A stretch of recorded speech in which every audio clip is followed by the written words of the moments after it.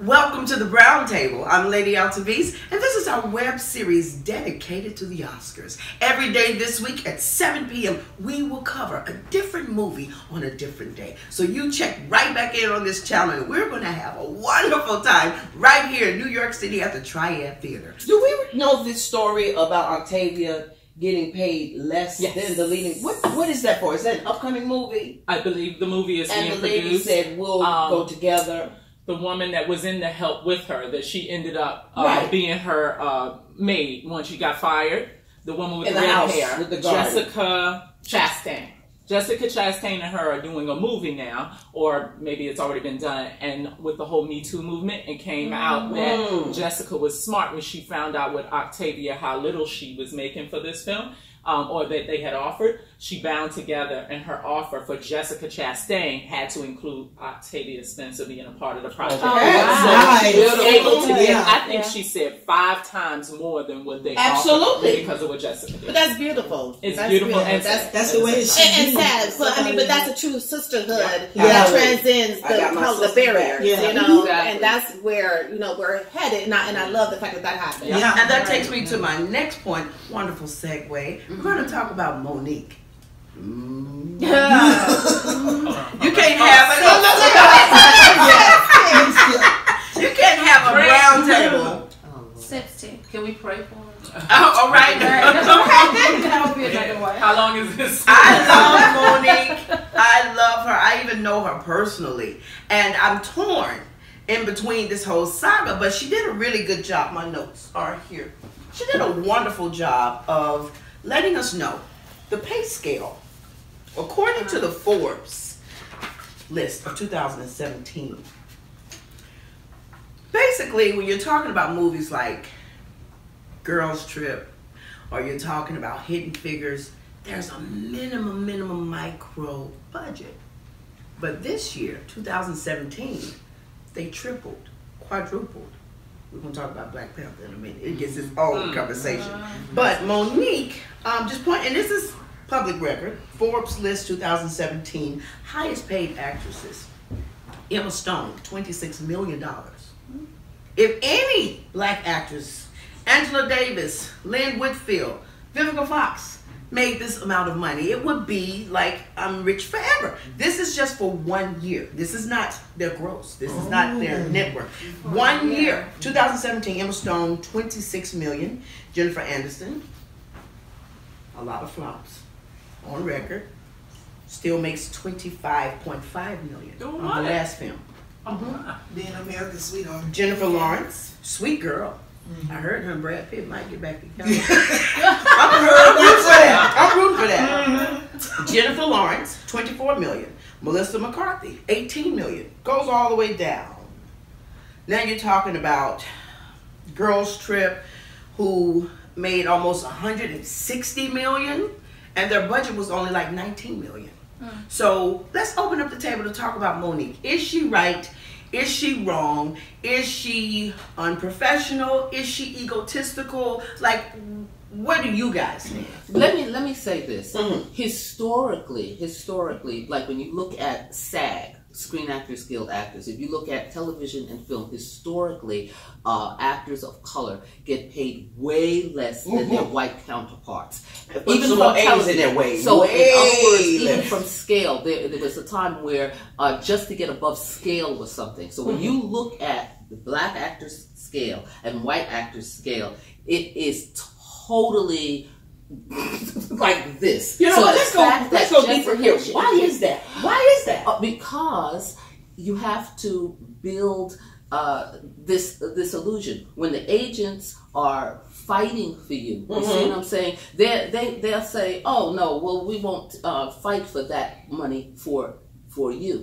You see what I'm saying? So so the fact that she did this because she had the power, and her agent had the power to bring Octavia Spencer on is a major Me Too. Absolutely. And see, the thing is, the dollar then is power.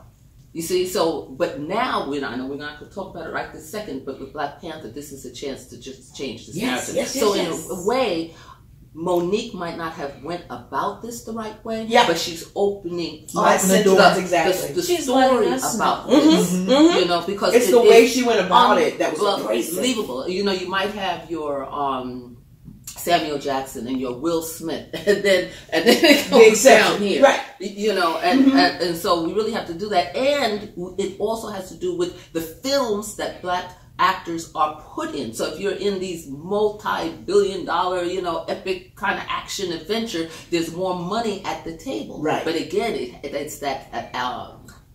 What is the way? How is the way that the agent is able to negotiate with that producer if they say yes or no? So that leads me to bring in the conversation, of course, Tyler Perry. He proved we can definitely bring in ticket holders. We can sell out theaters. This year when Boo came out, he sold out every theater. It ran every 30 minutes, Friday, Saturday, Sunday, sold out. And this is what he does. Boo 1 was his highest grossing film ever. It was genius. Of all of the Mondays, now I didn't care for Boo 2. I'm not a Tyler Perry fan. Did you? Who cared? Who saw Boo 2? I didn't see it. So, okay, I saw Boo 2. You got room. I was all up in Boo 2, and that sounds like the cat name that I told you. Ubuntu. Yeah, the African name Ubuntu. I digress.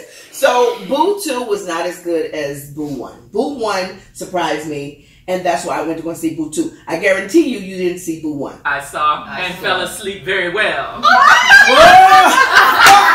that's why I had to go. Mommy now. No, we're not blaming these kids. Okay, the point I'm making is with Tyler Perry in the Tyler Perry era, we no longer have to knock on the door and wait for the door to be open. We built the house. We designed the house. Thank you. And we got the keys. But Monique's problem is that she's burning down all the houses that she comes into contact with. But that's on Monique though. But she has to be responsible for that and not blame it on anybody else. Monique is Monique's biggest problem. Exactly. What are you going to say about her husband? Well, that's is another that problem. Mismanagement? That's still her biggest problem. I think it's both. Didn't the letter came out? Gosh, I got to get up on my names. Will Packard, who is doing amazing things as a producer. He produced Girls Trip. He produced all of Kevin Hart's films. They have their connection and they've been working. He's been doing amazing things. And I heard he was about to produce Queen's Court, which is YouTube. You watch Queen's Court? Well, they got but that got squashed because of Kaya and her. And so it came out that when she filmed Almost Christmas, the negotiations, her behavior on set was terrible. She wanted all of this special treatment. And it just got to the point where he said he would never work with her again. But she's the one that started that. Right. She's the one. You say you don't want to just listen to gossip and hearsay, but you keep hearing that from different production companies, from different directors, from different. So what do you do? Right. It sounds like that she has to need to be validated, and so she's looking externally to be put on this pedestal and be so important. You think so? I don't get that. I do. I think it's more of feeding the ego. I honestly sat back last night and said, what am I going to say when we talk about this Monique? I'm going to say, because she's black, she can't throw diva tantrums. Like when you hear about Celine Dion and Mariah Carey, they have to have green M&Ms only. They have to have the water a certain temperature, a certain degree.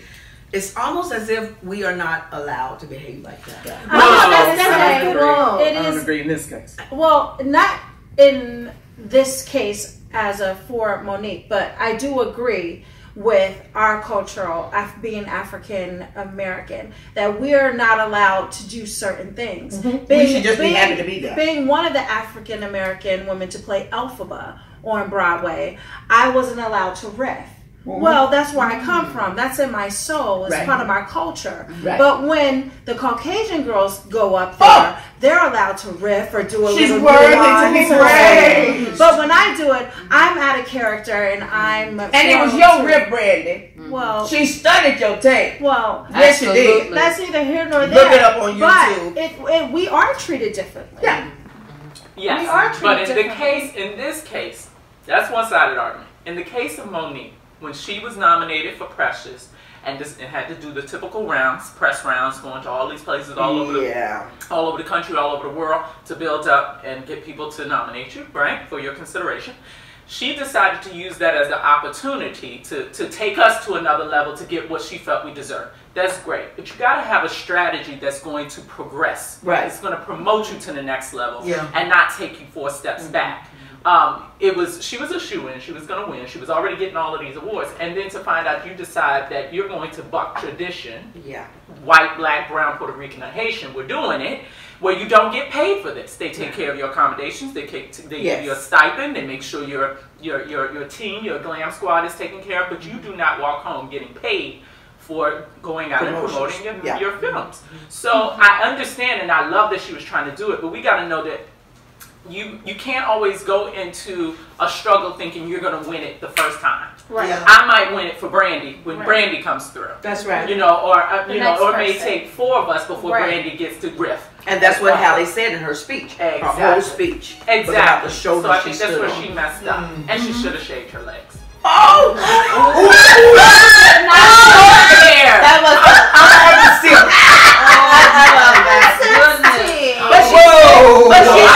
she did not. She said her man loved her hair legs. That's all that matters. And that's all that matters. You ain't got trouble. So let's move on, ladies. We gotta wrap this baby up. It's the brown table. Break it down, baby, like it's never been broke before. Hey!